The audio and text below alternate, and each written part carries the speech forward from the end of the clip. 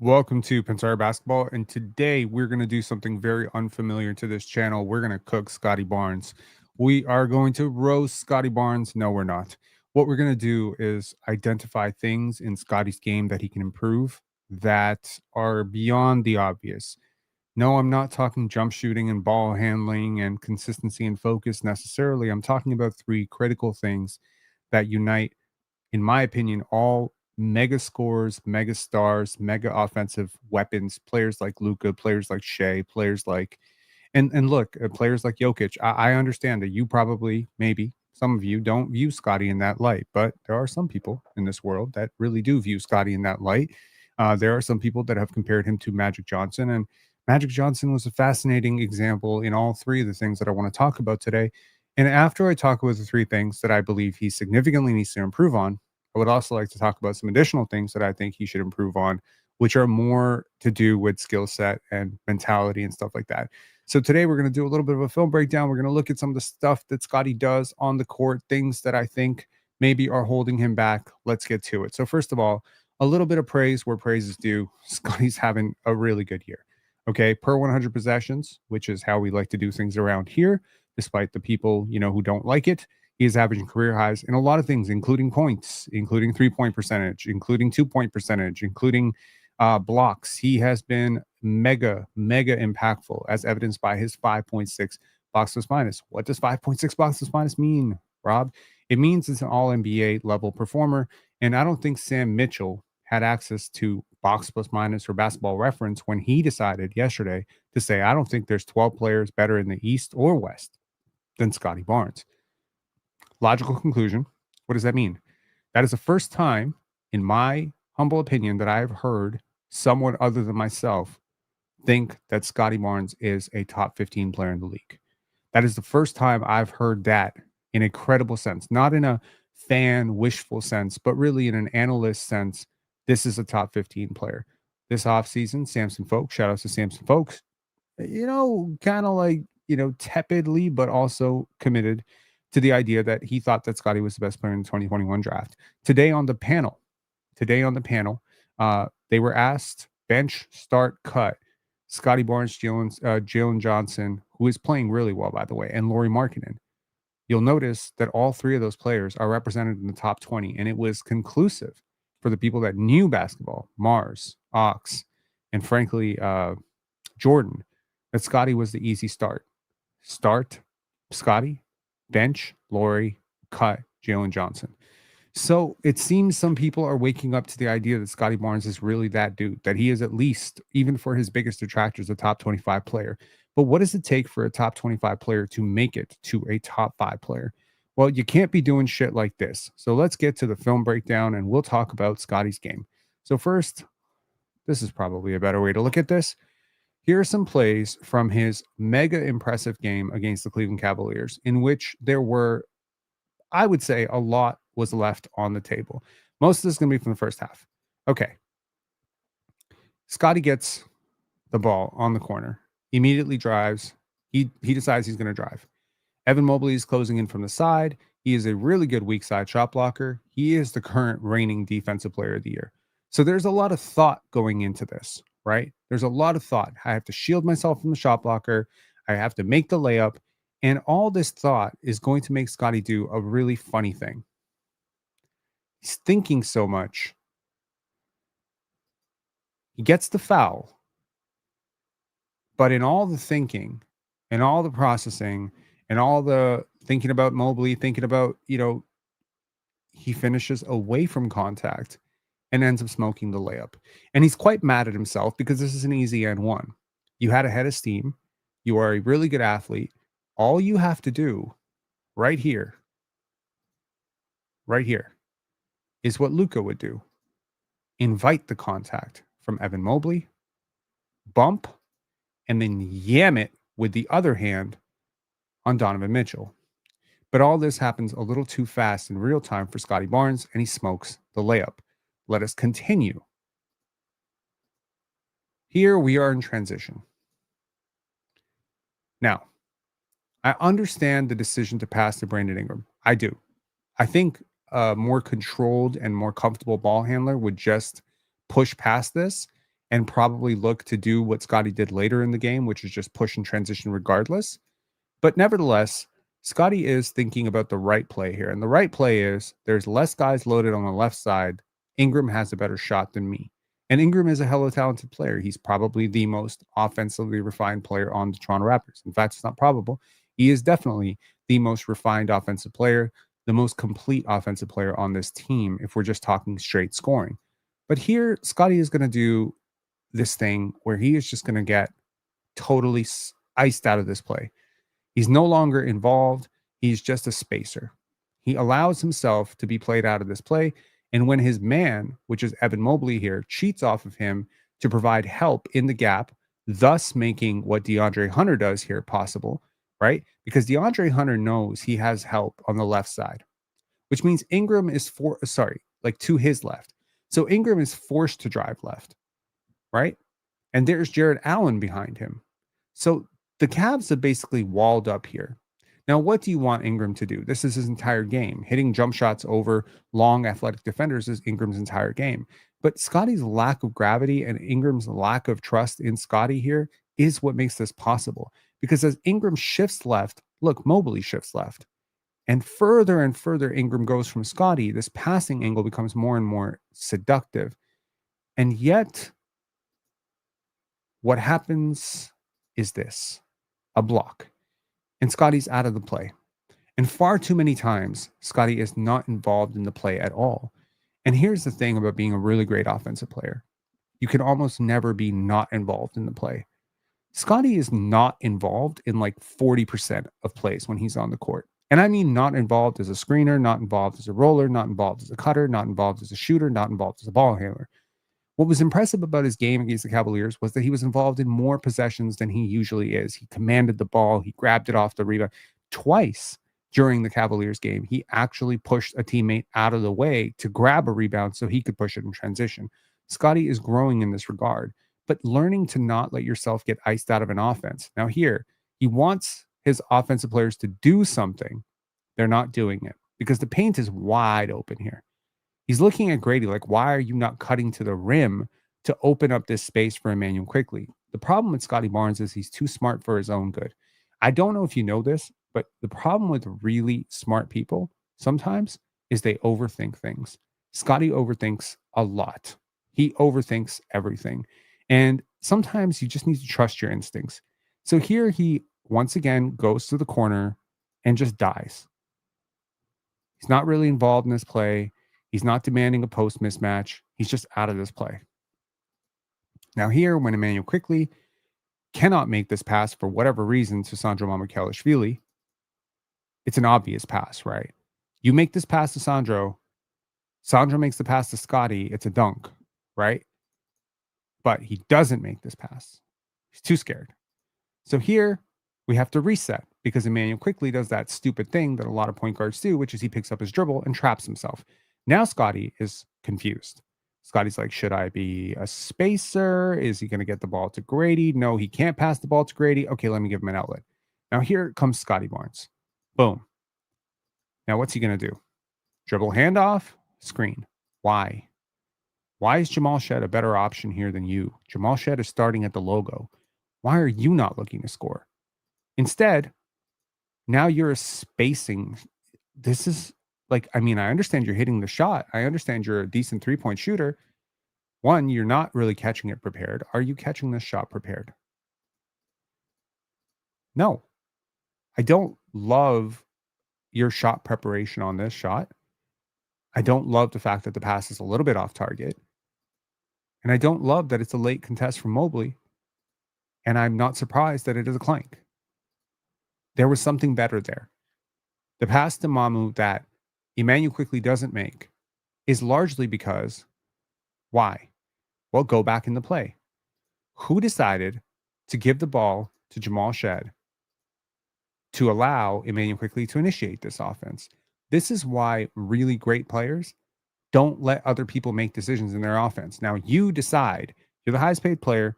You got to decide, this is my team. This is my offense. And unless somebody else has a clear advantage to play make, give me the fucking ball. Let's move on here to a positive play. Okay, so he misses this jump shot. Let's move past it. Here, Scotty is going to bump.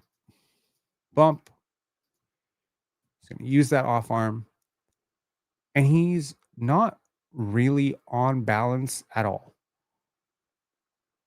This is what people describe as when they say he has a clunky game, that his game is not smooth. Now, here, he's just athletic enough that he's just going to rise above and score it anyway. But the point here isn't that you can make that shot. The point is that shot replicable? And are you doing the right things? Now, here, Emmanuel quickly feeds it to him on this post up here. Now, notice something.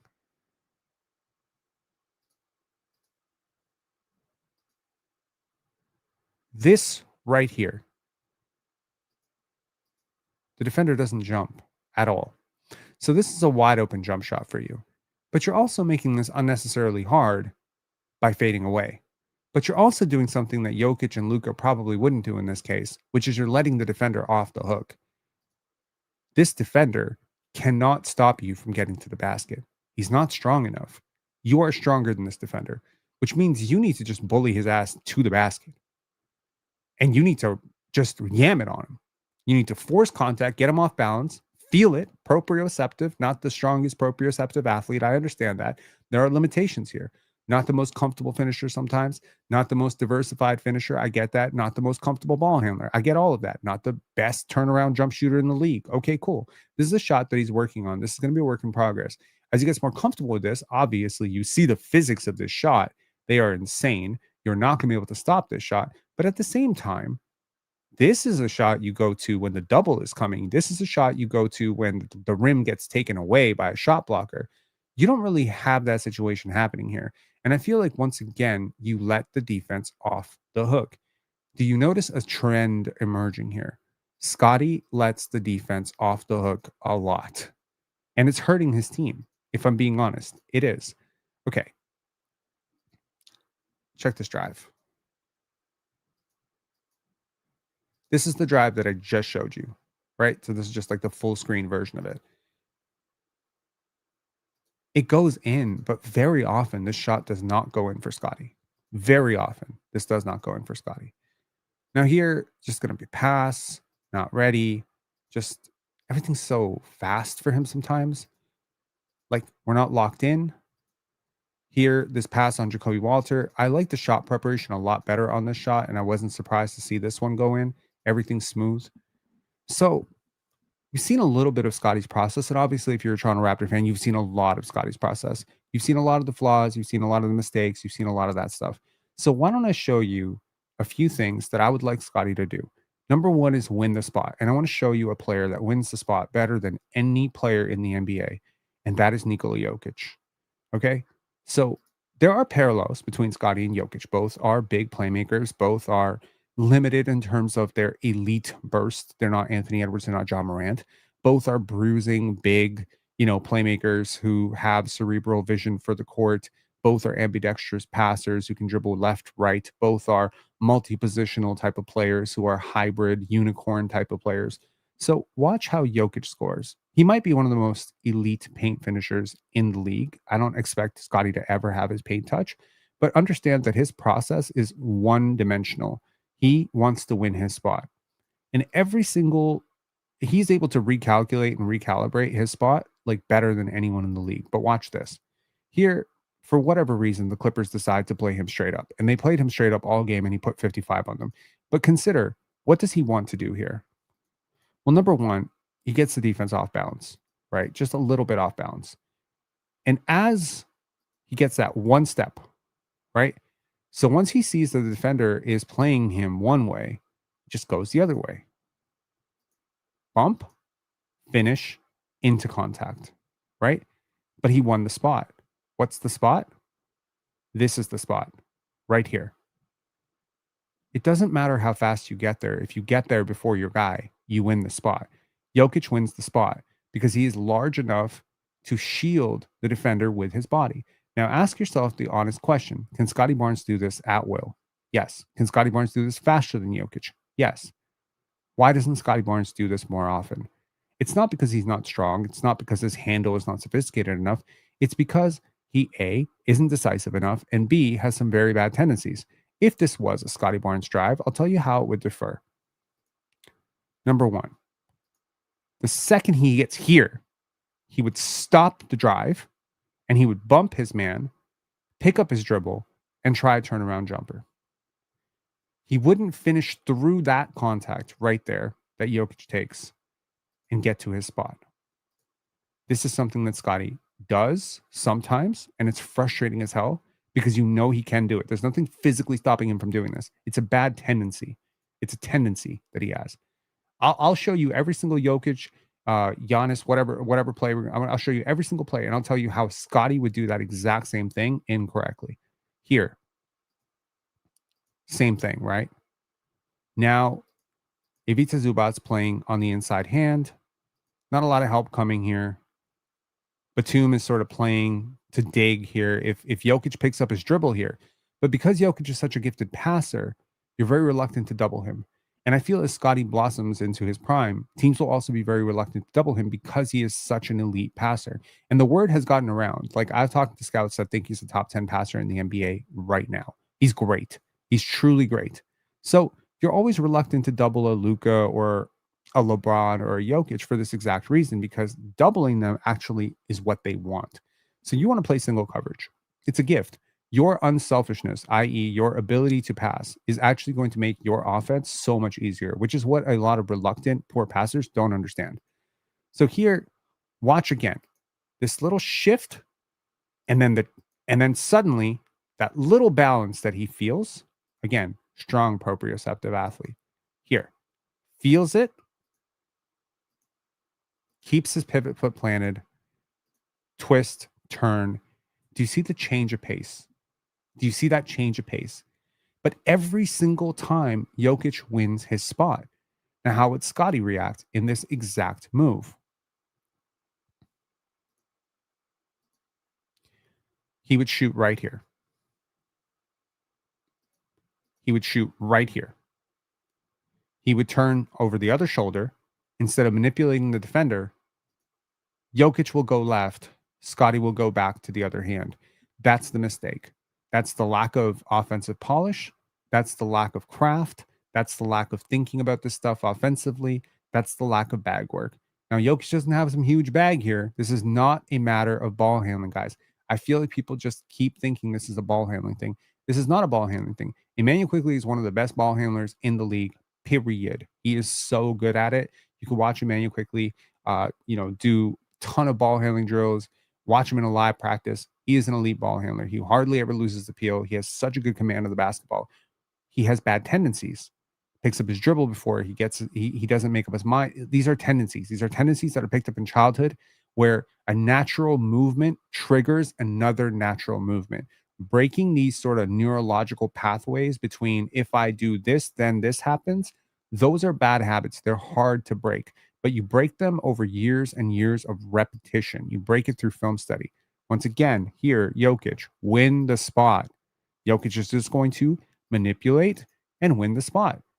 He sees that Zubac is take what the defense gives you. He's leaning into him. He's leaning on his hand. So what does he do? Takes the foul. How many times is Scottie Barnes being leaned on where he could easily pull through and pull up, flail about, and get 2 free throws? And Scottie's a pretty good free throw shooter. He's not a bad free throw shooter. He shoots comfortably between 70 to 80% every single year. Why can't he do that? It's not a lack of skill. You think Scottie can't swipe his hands through? He's a professional basketball player. Of course he can do these things. He doesn't see doing these things. This is not a muscle memory thing. Okay. Now, little Jokic transition. Head on a swivel. Makes the exact same pass that Scottie would make in this situation.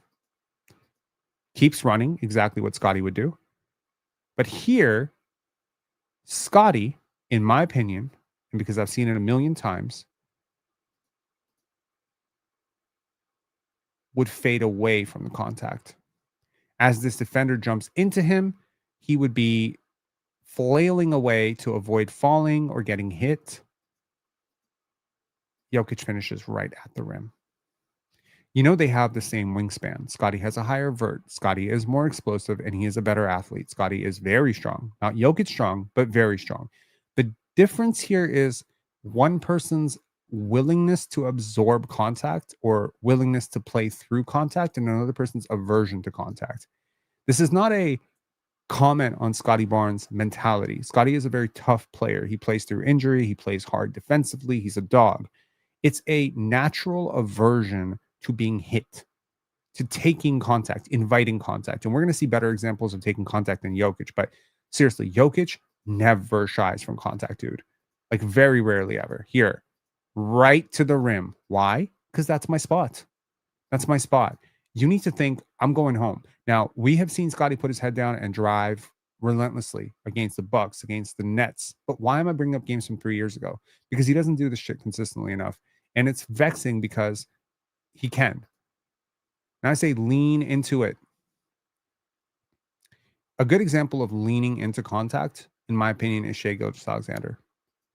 Shai is one of the most physical guards, and yet he has a lot of the same quote unquote limitations that Scottie does in theory, right? He was considered not the greatest athlete. Now, Scottie is a phenomenal athlete. I just want to clear that up, but like not the burstiest athlete, right? He's not a pogo stick. Shai is not a pogo stick. Shai is not, Dwayne Wade with the first step, which is why people find it so hard to appreciate his game. How does he keep doing it? Because he takes that contact. Now, when Shai leans into you, it is to get you going backwards. And just at the moment your body starts to go back, he starts to go forward. The constant dance between defense and offense is a matter of repetition, understanding, kind of a connection between your brain and your body, and understanding that there's certain natural tendencies that players have, a natural balance is, but there's also things you can train. Balance, flexibility, coordination are things you can work on. Hand-eye coordination is something, believe it or not, that is not purely innate. You can work on it. Here, lean into it. Here, yes, the handle is shifty. Have we never seen Scottie do an in and out dribble? Oh my God, it's so complicated. It's not complicated, but the difference here is that Scottie takes the jump shot. Right. Scottie takes that one bump and then fades away, AKA lets the defense off the hook. There's no defender there. Or Scottie takes a bump and then finishes through the left, where Shai takes the bump and finishes through the right. The purpose of leaning in is to put the defense off balance. This dance between offensive and defensive players is something that Allen Iverson understood, Michael Jordan understood, even Cade Cunningham understands. Shaquille O'Neal understood it. All great scorers understand that I have an advantage as an offensive player because the defensive player is always reacting to me. I don't know if Scottie gets this very well. I don't think if Scottie does this, I mean, if he does get it, he doesn't implement it very well. He has to know that every time he has the ball, the defense has no idea what he's doing. And because he's such an insanely smart player, they really don't know what he's doing because he could literally do anything, right? He's a good shooter. He can shoot from the three. He's mega athletic. He can burst to the rim. He can put it on them. He can find cutters left, right, and center. The Raptors have a great offense designed for big playmakers like Scottie Barnes, Brandon Ingram, and RJ Barrett. So again, you let the defense off the hook when you play like this. Once again, here, what does Scottie do? He jumps in and then he shields his body and tries to finish. What does Shai do in this case? He jumps in, invites the contact, takes the contact, and then takes that bump and then tries to finish the foul. Taking contact, lean into it. Another case, lean, one, lean, two, half step, right at the basket. All the leaning and pushing that you push on the defensive player is exactly why the defensive player cannot guard you. You can't guard Shai because one, offensive players have the rule advantage in the NBA. Number two, they have the knowing advantage. They know what they're doing. You don't know what they're doing. You have to react to them. There is multiple moves that Shai is going to do in a single dribble sequence that are all meant to get you off balance. Now, the only thing at this point is, does your brain identify when you're off balance? Many people's brains don't work that fast. Scotty's does. Everything that unlocks Scotty as a gifted passer is what can unlock him as a gifted scorer. I truly believe this. People who oversimplify this and say, well, he's not a good pull up jump shooter, doesn't get his hips low enough. This is stupid. No, no, no, no, no, no, no. This is not a fact. Okay. Uh, it's not, it's not that cemented, is what I'm saying. A lot of this is mental. If I put Shai's brain in Scotty's body, like he would probably get better. You know, it is a mental thing. It is a wire together, fire together problem. Here, take contact, lean back, can't guard him, but he makes sure to get that contact. Whereas Scotty, he doesn't take contact. I mean, if you look at the previous plays, we'll look at. So now that you've seen a little bit of Shai, okay, now play at your pace. Okay, I don't think Scotty plays at his pace. I think he plays at a frenetic, sort of panicked pace. It's an anxious pace. It's kind of like bump, grind. He's not, he's a very patient passer. He'll wait for things to kind of clear up. He'll make the pass. He's very sophisticated with the passing. I think the passing is so far ahead of the scoring right now, right? There has to be some sort of understanding that this is a dance of poker. Like, really, basketball is a game of poker, right? You don't want to show your hand. Scotty's moves are easy to predict for me. Watching them, I know exactly that this hard left dribble is going to trigger into this. Everything is very methodical and frankly robotic. Everything comes back to, okay, well, if he does this, then the next follow up is this or this. Whereas with Shai, if he does this, it's either this, or this, right? I'll give you a really clean example of this. Okay.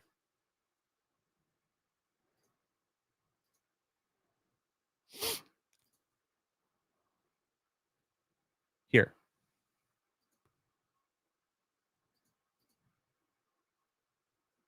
What would Luka do here? Look at how the defender is reacting to this. Luka fakes the shot and leans right into your upper arm and pulls right through your body and draws a foul and gets an and one. That's the difference. Whereas you are thinking already, I'm going to take a fadeaway jump shot because you're already in the motion of a fadeaway jump shot. This is your fadeaway jump shot set, right? It's like even the ones that go in, right?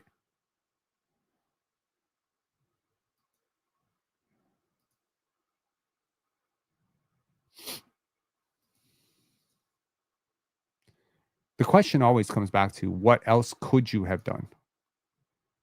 At the point that you took the shot, what else could you have done? And it's like with this shot right here. Is there any chance that Scotty was going to do anything other than this? If you watch him since Florida State, this is what he does. It's either going to be a two-hand finish. Once he's going this way, it's pretty much a lock. And the problem is once you get to the playoffs, everyone's going to know all your pet moves and you don't have that many. So here, why pick up the dribble at all? Why not? Like, I mean, I understand there's a limit to how long you can stay in the paint, but like consider this specific move that we're talking about here. Okay, here. Understanding that the help defender is there, Mamu intelligently moves through. Scotty should be able to see Evan Mobley at this point. There's enough time on the clock here to do something other than this. Again, it's not a bad shot. It goes in. Fine. We're nitpicking here. My question is, when you're facing a slightly better defender and they know exactly what that shot is based on your load up, do you have, when they overplay it, do you have the counter? If they overplay this shot, could you maybe fake this shot, keep your feet balanced,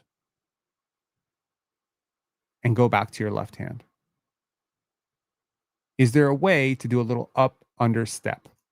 Now, when we talk about craft in the NBA, there's one player that comes to a lot of people's minds, frankly, and that's Luka Doncic.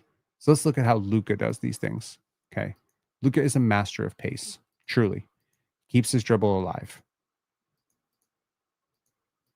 Do you see the rhythm of the offensive player moving forward and then suddenly stopping, bump left. This catches the defender completely off guard. How many times have I seen a defender shaking their head at Luka Doncic? You have no idea to predict his movements. So I dare you to try it. Could you have predicted that that was going to be his move? It's so free flowing. Watch this little screen from DeAndre Ayton here. Do you know if he's going to shoot here? He looked like he was going to shoot, didn't he? Look at that.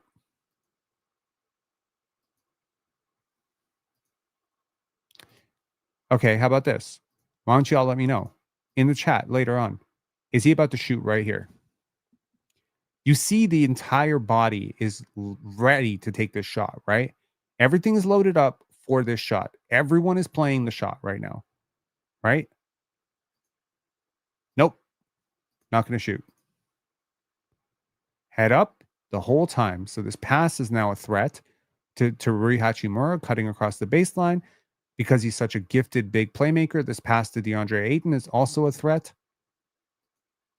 Actually, I'm not going to do either one of those things.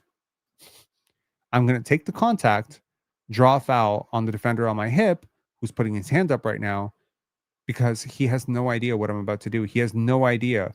The second he feels this pressure on his back, he immediately launches. This is called offensive mastery, and Scottie is ways away from this.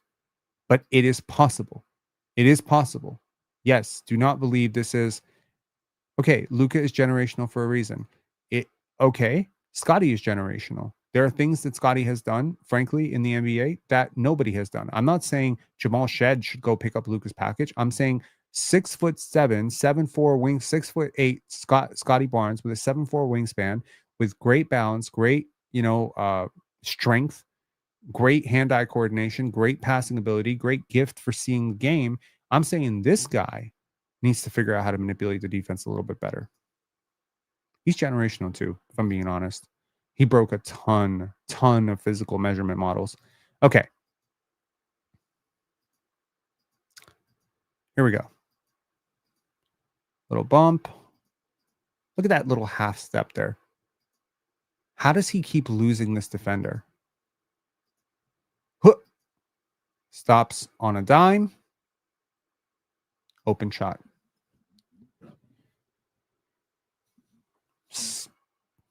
This is mastering pace.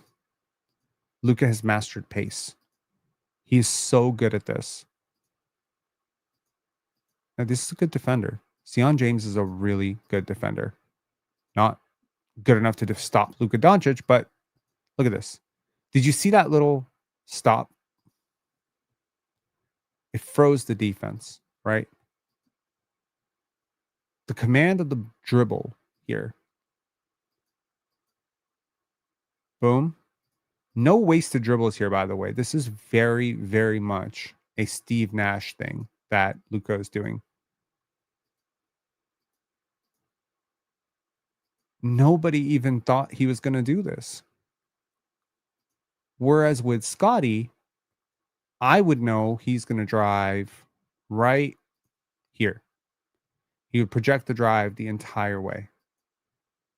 But here, Luka just patiently probes, gets his little screen, gets the defender behind him. And here, this defender miscommunicates, which is Miles Bridges, and looks like, actually, there's a wide open layup here. Again, you have to be able to process the court so fast to ever play at this level. Scottie can process the court this fast.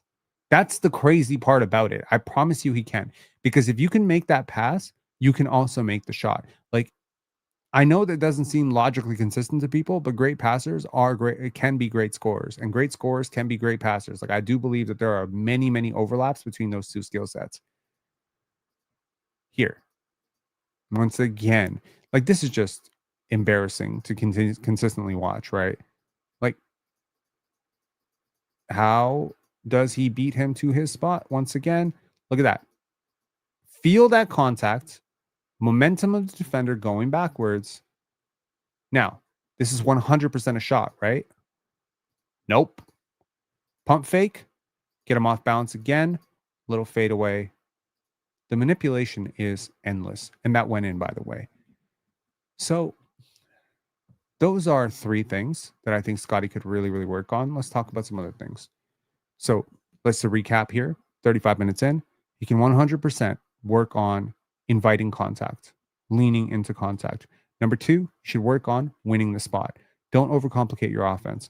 Pick a spot on the court that you want to get to and beat your man to that spot. Make it really simple. You want to get to the elbow extended. Um, Tyler, we saying, why did you go back to the hat? Because I wanted to. I told you once every few months or whatever, I take it off to let the world know that I am not bald, and then I put it right back on. Anyways, so what am I trying to say here?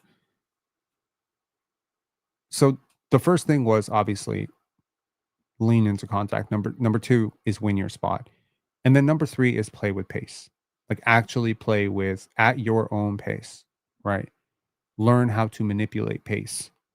What I liked about him in the Cleveland Cavaliers game, which I've rewatched now twice, is he really did command pace, but it was all one pace. It was a frenetic, reckless sort of, go, go, go, go, go pace. That's one way to do it. That's the Russell Westbrook model, but that's not the model that you want to do. Going 100 all the time is not cool. You know what's cool? 60, 80, 2, 80, 2, 60, 40. That's cool. Learning how, like, every offensive possession is just a game of getting to your spot and finding a creative way to get there as open as possible, as early as possible, with as much shifted in the defense as possible. There's just so much basketball IQ involved. And I think a lot of kids, they sit there with their trainer and they're working on their dribble and their pull up jump shot, and they just have no idea what to do when, because they don't even see the court. They don't see the help defender. They don't know how to manipulate the defense. When Scottie is like, consider what I'm saying. When Scottie no look dart passes to the left as he kind of hang dribble, waits for the guy to cut through the paint so that the other cutter can come through. All of these things are effectively reading the defense. So if you are so good and you have been gifted with the vision of future, right? If you've been gifted with the ability to see two plays ahead, you can see mistakes before they happen. You can see which defender is failing to rotate. You can see which cutter is about to remove which defender out of your way and how that's going to impact the court. If you can see this stuff, then you can be a great offensive player. You can be a great scorer. In the NBA, I believe that if you can see this stuff, you can be a great scorer. How do I know this? Because every player that I've ever seen that can see this stuff is a capable scorer, or at least morphs into a somewhat capable scorer, unless there is a major, major physical limitation.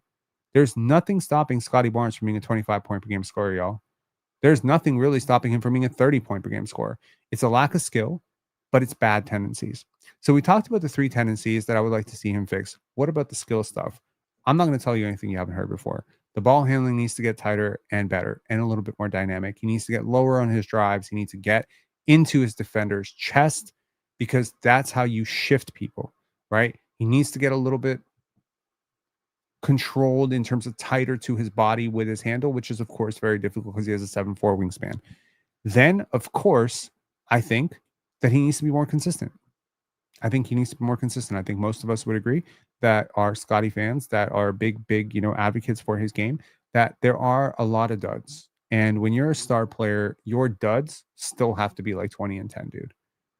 So I think that you are so physically imposing that there is a reason why Scottie Barnes is often the most polarizing Raptor. And I think that's because everyone knows how good he can be, but people are worried or concerned that he's not that great every single night. Now, nobody is going to be 12 boxes minus every single night unless you are, in fact, the best player in the world. So you don't expect him to replicate Cleveland over and over. But can we get something close to that? Can we get reckless, energy, push and transition, controlled chaos, assertive scoring, initiation in transition, crashing the glass, active on defense? Can we just get that? Even if you have to play 28 minutes to 32 minutes, Scottie is averaging, I believe, a career low in minutes right now, like 32 a game. So they're definitely burning him out. Like in the 32 minutes he plays, there are 32 very good minutes. But I mean, I'll remind you, there are stars out there who play both ends of the basketball that play 35, 36 minutes. So there's really no excuse to conserve energy at this point, right? You need to set the tone. So, okay, what about the selflessness gene, right? That sort of like, let me see what they can do. Don't bother yourself with what they can do. This is what would be my advice to Scottie Barnes. Not that he needs my advice because he's probably forgotten more about basketball than most of us will ever know, myself included. But I will say this: there are certain things that you get to see from a different vantage point. And the one thing that I would say with Scottie is he is selfless to a fault. Very often he has the clearest angle to make the play, and instead, let me go give it to Jamal, let me go give it to IQ, let me give it to RJ, look, no disrespect to any of your teammates. Your team's best playmaker, and you should control the basketball. Point guards should want the basketball, winners want the basketball. So you should want the basketball. If it's going to be a mistake, let it be your mistake, right? So this is a fact. I think those numbers are tame. I think he could, if his mentality was right, without any real skill development, I think he could average 25, 8, and 9 every night. Basically, the numbers that made Cade all NBA last year, I think he could put those up with really good defense. It's just so often that he'll have 9 shot attempts. You can't allow yourself to get iced out of the offense. And you definitely, when Jokic has like 12 shot attempts, it's not because he's not involved in the offense. It's because he's getting triple teamed. So another mentality shift with Scottie is every possession has to be a scoring possession. You said you grew up watching Kobe. Dude, when has Kobe ever not looked at the basket? That's not a bad thing. If you're a good player, you should look at the basket every single time. Every single time you touch the ball should be a scoring possession for you. When it should not be a scoring possession is when there is something obviously greater for somebody else. Now, nobody's saying don't pass the basketball and be a ball hog and drive into 4 defenders like somebody on this team and get blocked 45 times. Nobody's saying that. Nobody is saying take 4 defenders under the rim and jump and dunk it on them like you're Shaquille O'Neal. You're not Shaquille O'Neal, and that will end up very horribly for you. What is obvious, though, is don't stop yourself until the defense stops you. That is obvious to me. You can take 2 defenders, split them easily, and draw a foul. You can do that. You can take 2 defenders to the ball and find an open cutter because you have a lot of good off ball movers. Like RJ Barrett's a good off ball mover, right? Especially cutting into space. You've got all the tools right now that are going to give you outlets, but you have to be aggressive. You can't be gets the ball, dribble to the sideline, hands to Jamal Shed. Jamal Shed dribbles up, gives it to Manuel quickly, and I look, and you've been standing in the corner like you were in that Brandon Ingram thing. I understand sometimes it's not your turn to have the ball. I get that. You still have to be involved in the play. Still have to be involved in the play. You cannot go multiple trips down the court without Scottie touching the ball. Do you know how many times we will come down a court and Scottie does not touch the ball? It happens far too often. You have gravity. The ball has rhythm. Ball has energy. You need to constantly touch that ball. You need to want to touch the ball. And to touch the ball, you have to rebound. You have to go get it off the glass sometimes. You're not going to get it gifted like LeBron James because you're not LeBron James. So sometimes you're going to have to get it yourself. You're going to have to get it off the glass, defensive glass, and push it in transition. Sometimes you're going to get it off the offensive glass and make the perfect connective play. Sometimes you're just going to have to yell at a teammate who is less capable of initiating than you. I mean, my God, I saw Jacoby Walter and Ochai Agbaji dribbling up the court as Scottie Barnes stood in the corner against San Antonio. Like, what are we doing here? That can never happen, ever. LeBron would never. Kobe would never. Unless it is to set you up to score, why would you ever do that? You let people off the hook like that, and you're not maximizing what you do. Like, you can't go 5 minutes without a shot. What are you doing? Like, that's stupid, actually. And if you want to know the truth, that's selfish. That's selfish because you're there to score. You're there to play make. You're there to be a star. And going 5 minutes without scoring, without taking a shot, that's not selfless. That's the epitome of selfish because now everybody is ignoring you. And this is what happened in Scottie's second year. So that's probably some harsh truths. And I think that they need to be said because I think everyone in this community is a really huge Scottie fan. And I think even the trolls would agree that he is a great player. And my girlfriend asked me today, and I said, I want to do this live, dissecting the game of Scottie Barnes and really, really ripping into him about what he needs to do better. And she's like, why do you need to do that? And I said, if not now, then when? when he's having a bad stretch, I only ever feel completely comfortable ripping the shit out of Scotty like this, like really dissecting his game in this very, very overcritical way when he's playing well. Largely because I feel like the Toronto media is so overtly negative towards him that every bad game becomes some sort of conspiracy that I just don't want to pile onto it. But just because I don't want to pile onto it and I don't want to speak on it too much doesn't mean that I don't see it. I'm not blind. I definitely see the gaps. I see the mistakes. I see all the things he's doing wrong. I am a basketball analyst and a pretty good one. I definitely know what he's doing wrong. And despite everything that I know that he can't do yet, that he's still working on, that he's still slowly adding to his game, I still see a top 15 player. And very often his trainer will come into these chats and he'll be like 16%, 13%. In fact, 2 years ago, we did an interview where he said this is just 15%. And I think a lot of people don't understand what he means by that, but I think it's because of this stuff. The manipulation of the dribble, the things that come so second nature to people like Cade Cunningham, even lesser stars like Jalen Green are so much better off the dribble and dribble manipulation stuff than Scottie Barnes. This stuff is so rudimentary for him. It's almost like his game is like it's like one part 40-year-old, one part 16-year-old, if that makes sense. You know what I mean? So you see the physicality, you see the big muscles, you see the strength and all that stuff. And sure, that's very mature. And you see the sensibility and you see the team friendly approach and the, broader perspective. And that is, of course, very old head, right? He's like selfless, he's egoless, he has this grace for his teammates. That's all great. But then there's parts of Scotty's game that are very unrefined, right? Like sometimes the ball comes up a little too high and he just kind of loses it. Or sometimes his eyes go off the ball and he's not looking at the rim. These are things that I think have to be kind of taken out slowly of his game, right?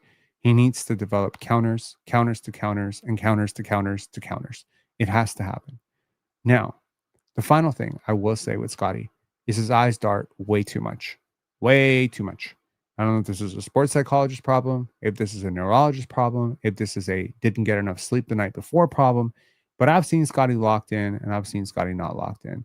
And that's not to say Scotty doesn't care on the nights that he's not locked in. It just means that he cares about too many things all at once and he can't see the main thing in front of him.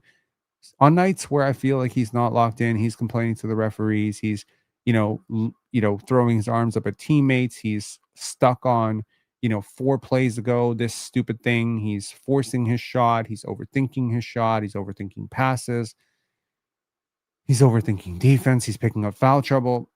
These things happen a lot when Scotty's not locked in. When Scotty plays smooth and natural and kind of within the flow of the game and his mind is clear, it's a completely different dude, man. And the Raptors win when he plays like that. I will tell you a game last year that really stuck out to me. The game against Denver where he got hurt and Jokic punched his lights out and broke his orbital bone. That specific game, I remember thinking, this is the Scotty that I've been waiting for. There was also a game against Miami, ironically, also a game that he got injured in where he had, I think, 11 points in like the first quarter. That was another game where it was like, okay, he is 100% locked in. You need to do things for yourself in the pregame ritual that lock you in. Victor Wembanyama does this amazing thing where he has a trainer kind of beat him up a little bit. Not hard or anything, just hit him up with some contact, right? Maybe you need to chew some gum. Maybe you need to change or rethink your pregame routine. Maybe there's a meal that you're having that needs to be changed. Maybe you need to do more meditation because I know Scotty meditates. Maybe you need to do more meditation. Maybe you need to do less meditation. Maybe you need to do something different. But what I know is that there are players who are like there, and then there are players that are like here. Scotty is here. I know players who are here, like locked in, 0. And then there are players who are here. Scotty is here, and then it's the fourth quarter, and he's here. Start the game here. Start the game with one goal. We're winning this game. Don't care how we're winning this game, but I'm winning us this game. Start with make someone stop me. Things have to be broken down into simplicity because things are too complicated. Oh, I want to make my teammates better. Jamal hasn't gotten shots. If your team won't let you be a point guard, don't be a wing who thinks like a point guard because then you just end up being a wing who stands in the corner doing nothing. So either be a point guard, develop the skills requisite, or demand a trade to a team that will let you run full-time point, or have a really uncomfortable conversation with Emmanuel Quickly and Jamal Shad about putting the ball in your hands more often, or adapt and be a wing who playmakes. Because Scottie has like very natural point guard instincts. I believe he is a point guard. I've always believed he was a point guard. I watched him in high school. He was a point guard. I watched him in grade school. He's a point guard. He's a point guard. Mentality wise, he's a point guard. Game wise, he's a wing. Physicality wise, he might be a big. What I'm describing is a fucking weird player, and it's a unicorn. But some of that point guard stuff has to be beaten out, because if you're not getting the ball to initiate, then what are you doing? So think more like Kawhi, a wing. Think more like LeBron, a jumbo playmaker. Think more like Giannis Antetokounmpo, a big forward who just attacks all the time. You cannot have empty possessions, in the sense that there cannot be a single possession in which you do not impact the game. And I think that always comes back to how he played. I think some part of how he played against the Cavaliers was meant to show his teammates an example of how they need to play: crash the glass, be active defensively, communicate, loud, push in transition. I think after the game, he was asked about the pass that Jamal Shed made to him, and he laughed and he said it was nice to have, somebody spot me for that pass. It almost slipped out from him that very often, probably, he hasn't been found for that pass. There are very many times that he's run and he's been looked off on that pass. My question is, why are you not the one throwing the pass? If you're not going to get the pass, you need to have a conversation with your teammate right after and say, why did you not throw me that pass? Don't look me off again. This maturity comes with understanding that you are the man. When you are the man, that is going to come. That give me the ball, get out of my way stuff has to come. When you're the leader of a team, you get blamed when they don't do well. If the Toronto Raptors right now, instead of 7-5, were 3-9, guess who would be front page? Doug Smith, Josh Lewenberg, all these people writing absolute bullshit. Who would they be writing about? Oh, this is your highest paid player. This is whatever. Well, you signed up for this, dude. You get the big money. You get the big responsibility. When things don't go right, you get the big blame. So when things do go right, why don't you get touches? Need to get touches. Cannot be Draymond Green here. And very often, now I don't have a problem with Draymond Green being uninvolved on a single offensive play because Steph and Jimmy want to run two-man. I get that. But you are not Draymond Green, right? So hopefully this live has been informative in terms of my unfiltered thoughts on what I think Scottie needs to get better. I very much doubt that he's ever going to watch this, but if he does, that'd be really, really cool. And yeah, I'm looking forward to seeing how these things get better over the year. I think there is a chance, a real chance, that he becomes a top 3, top 4 type of player. I think there's very little chance that he doesn't become permanently a top 20 player in the league. But climbing that ladder from 10 to 9 to 8 to 7, every step you go up becomes a bigger and bigger jump that you have to make to achieve that. Because the gap between the 6th and 7th best player is way larger than the 69th and 70th best player. And that's way larger than the 690th player and the 700th player. The gaps become larger and larger as you climb up this totem pole. And I, for one, personally have seen way too many Raptors who climb to the pinnacle of what they can get to and just said, can't go further. I saw DeMar DeRozan climb into a top 25 player who was often treated like a top 10 player. I saw Chris Bosh climb into a top 20 player.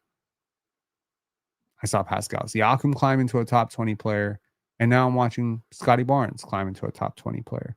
Scottie is unique in the sense that he is defensively focused, unlike those other guys, like strongly defensively focused, playmaking focused, whereas a lot of those other guys were scoring focused. Vince probably got the closest of any Raptor, if I'm being honest, to top 5. There was a year where Vince was like actually top 5, a top 5 player in the league. I think top 6, probably top 6, top 7 player in the league in 2001. But Vince is the only guy who really got here in Toronto. Like the only other guy you can say is Kawhi. So the Raptors have had a lot of top 20 players, lot of top 25 players, a lot of really great players. Kyle Lowry was a top 25 player in the league easily. Siakam was a top 25 player. Bosch was a top 25 player. But okay, and now Scottie's a top 25 player in a much, much more talented league, by the way, today. Maroon Emperor saying Kawhi was top one. He certainly was not. He was not better than LeBron, and he was not better than Kevin Durant that year. I I understand why you think he was, but I promise you he was not. Kawhi had lost many steps defensively up until that point. He was already a bit of an overrated defender to begin with. Starting around 2017, he had really like peaked as a defender, I think, in about 2015, and he wasn't super healthy. It wasn't his best year. If anything, if you want proof of Kawhi Leonard in Toronto, I'll do that as my final thing. I'll call this Mythbusters, right? I like to myth bust some things. Okay, so I want to show you what Kawhi in Toronto really really was. Hang on a second. By the way, nothing I'm about to say applies to the playoffs. In the playoffs, one of the best playoffs of his careers, for sure. Amazing in the playoffs. Talking regular season though. Okay, so here's Kawhi in Toronto, ninth in MVP voting. I want to show you the 9 players who finished above him in MVP voting that year, and you tell me who he was better than. Was he better than Durant, Embiid, Lillard, Steph, Jokic, George, Harden, Antetokounmpo? By the playoffs, everybody said he was the best player in the world, but there's a reason why in the regular season people did not agree with that. Now I want to show you something actually kind of interesting. So again, box plus minus is not gospel. But this is his box plus minus with the Toronto Raptors, 7.2. That is barely above what Scottie Barnes is doing right now, just to be clear. But Scottie's way, way more defensively focused box plus minus, whereas Kawhi's was way more offensively focused. Now, if Kawhi legitimately is the player that you think he was in Toronto, and I'm not denying that as a peak of his career, which is really 2016, that he wasn't that dude. 2015, 2016, Kawhi was legitimately that dude. But 2018, 2019, Kawhi was not quite that dude. Was nowhere near the motor defender that he once was. And there's a reason why two things happened. Number one, you were 17-5 in games that year that Kawhi sat, and you actually became a slightly better defense. And an overall, we're on pace to win more games when Kawhi left. And Kawhi did not leave alone. He took Danny Green with him. And Danny Green was an immediately elite player. So you were able to withstand that precisely because you were not losing LeBron James. LeBron James was way better in 2018, 2019 than Kawhi Leonard. Okay. That I'm just going to say that. I'm going to be honest about it. And that's me. But I do want to compare all of his seasons in terms of box plus minus and see where his box plus minus season actually. Let me use VORP. No, VORP would be. Let's use box plus minus. This is where his Toronto season ranks in his career. His best season ever for box plus minus was this 9-game season. Unfortunately, small sample size, probably unsustainable that he played in 17-18. Then there was 16-17. Then there was 15-16. Then there was 19-20. And there was 20-21. Unironically, Toronto was his worst season of his prime. Regular season. Playoffs, totally different situation. Playoffs, Kawhi was a completely different beast. And yet, what's interesting is it wasn't even his best playoffs. His best playoffs was 16-17, 22-23, 15-16. And it's not just the box plus minus or whatever. It's just Kawhi just was not that level of defender for the Raptors. I don't know how else to put it for you guys. This is his scoring rate per 100 possessions for the Raptors. He had a better year with the Spurs, and this is like regular season. So as a scorer, he did more of that stuff with Toronto. As a rebounder, not so much. As a playmaker, not so much. As a defender, definitely not. He just wasn't. What about effectiveness? Nope. What about 2-point field goal percentage? Nope. What about 3-point field goal percentage? Nope. He's had better seasons. I think Toronto has sort of gaslit themselves into thinking that Kawhi was like the best player in the world. He was not. But once that shot went down over Philly, whew, He was a reputational defender by that point. I'm gonna be honest. Like it really. I, I'm not doing this to slander Kawhi. I'm doing this to show you something interesting. The 2019 Toronto Raptors in the playoffs. I want to show you their win share distribution. I don't think I've ever done this. Let me just give me a moment here. This is their win share distribution. Kawhi was by far the best player on the team. No one with half a brain cell should ever debate that. It is not a debate. Their second best player per win shares, per a lot of stats, actually, would be Kyle Lowry or Marc Gasol or Pascal Siakam. These three guys right here, these three right here, deserve all the credit for the championship. Them and Kawhi. That was a championship core. If Kawhi was Duncan, then Kyle was Tony Parker or Manu Ginobili. Pascal Siakam was like Tony Parker or Manu Ginobili. Marc Gasol was like David Robinson. Okay, like you have to respect this. This is how you won, not Eric Moreland. Sorry. It's Norman Powell, Danny Green, Fred VanVleet, Serge Ibaka, Marc Gasol, Pascal Siakam, and Kyle Lowry. Sum total, you had 16 wins in the playoffs. Kawhi got you 5 of them. Let people tell it. They act like you got 15. Now, if you want to see a real carry job, I want to show you LeBron in 2007. Now, again, this is 23-year-old LeBron. Real carry job, okay? Playoffs. Was it 06, 07 that they made the playoffs? Yeah, it was. Okay. So I want to show you the Cleveland Cavaliers win share distribution in 2007. Again, this is 22-year-old LeBron James. Just to show you there are levels to this shit.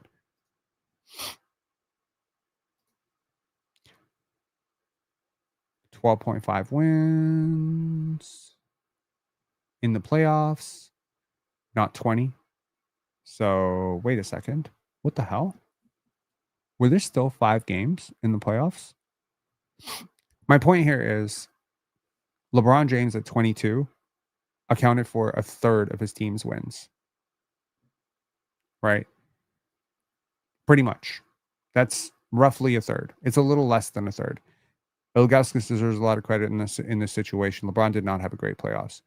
If we moved forward to like some of LeBron's deeper runs with Cleveland, hold on. Let me see here. When they won the championship. Actually, I'd rather go to when they won the championship because I think that will make my point a little bit better.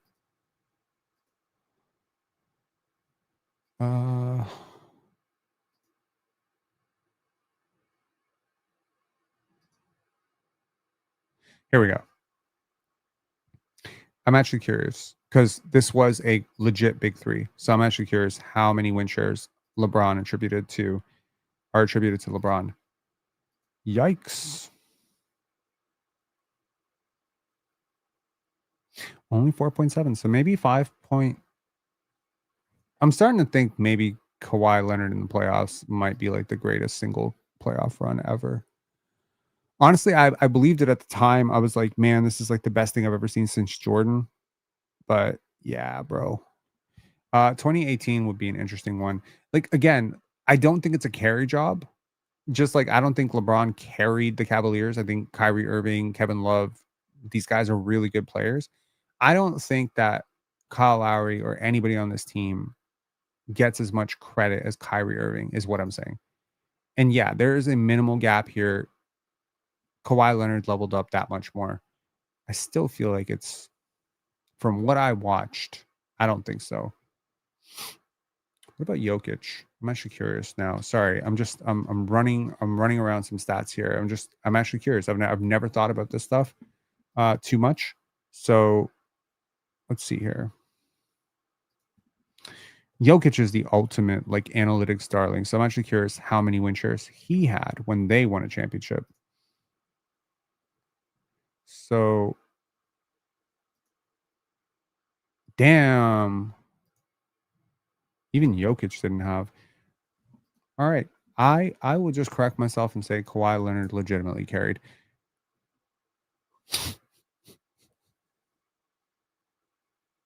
That's like, I mean, honestly, I've kind of talked myself back into it. But the regular season speaks for itself. I don't think regular season Kawhi was that dominant. I think playoff Kawhi was a completely different beast, especially against Philly, Orlando, and part of Milwaukee until he got hurt. The finals, like I feel like that actually deflated the numbers a little bit. And in the finals, frankly, you needed a lot of luck from the injuries, and you also needed a lot of Fred VanVleet, a lot of Kyle Lowry, a lot of Pascal Siakam in the finals. But yeah, I know that my eyes saw what my eyes saw 2019 Kawhi was prime MJ. Honestly, it is ridiculously close to Michael Jordan. And you know what? I think I actually want to prove that to myself right now. So I want to look at Michael Jordan in 1992 to see like just what percentage of his team's wins did he really account for in the playoffs. So the 92 Bulls. So this is the second of 3 championships that they would subsequently win. Did they track win shares back then? They did. Bro, even Jordan had 4.1. But again, 4.1 out of 15. Yeah, it's not as dominant, man. This number that Kawhi got is it's so hard to replicate. I can't even think of a player who had it.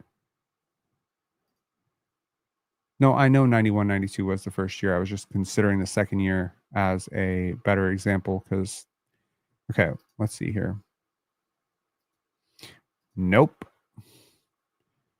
But again, it's like a third. It's roughly a third. It keeps coming back to that number. It's like roughly a third. Kobe, not a chance. If you tell me Kobe is the one that actually breaks the Kawhi sniff test here, I'm going to be very shocked.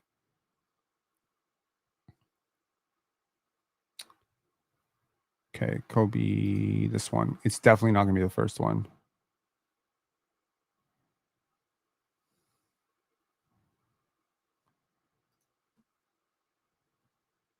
Playoffs.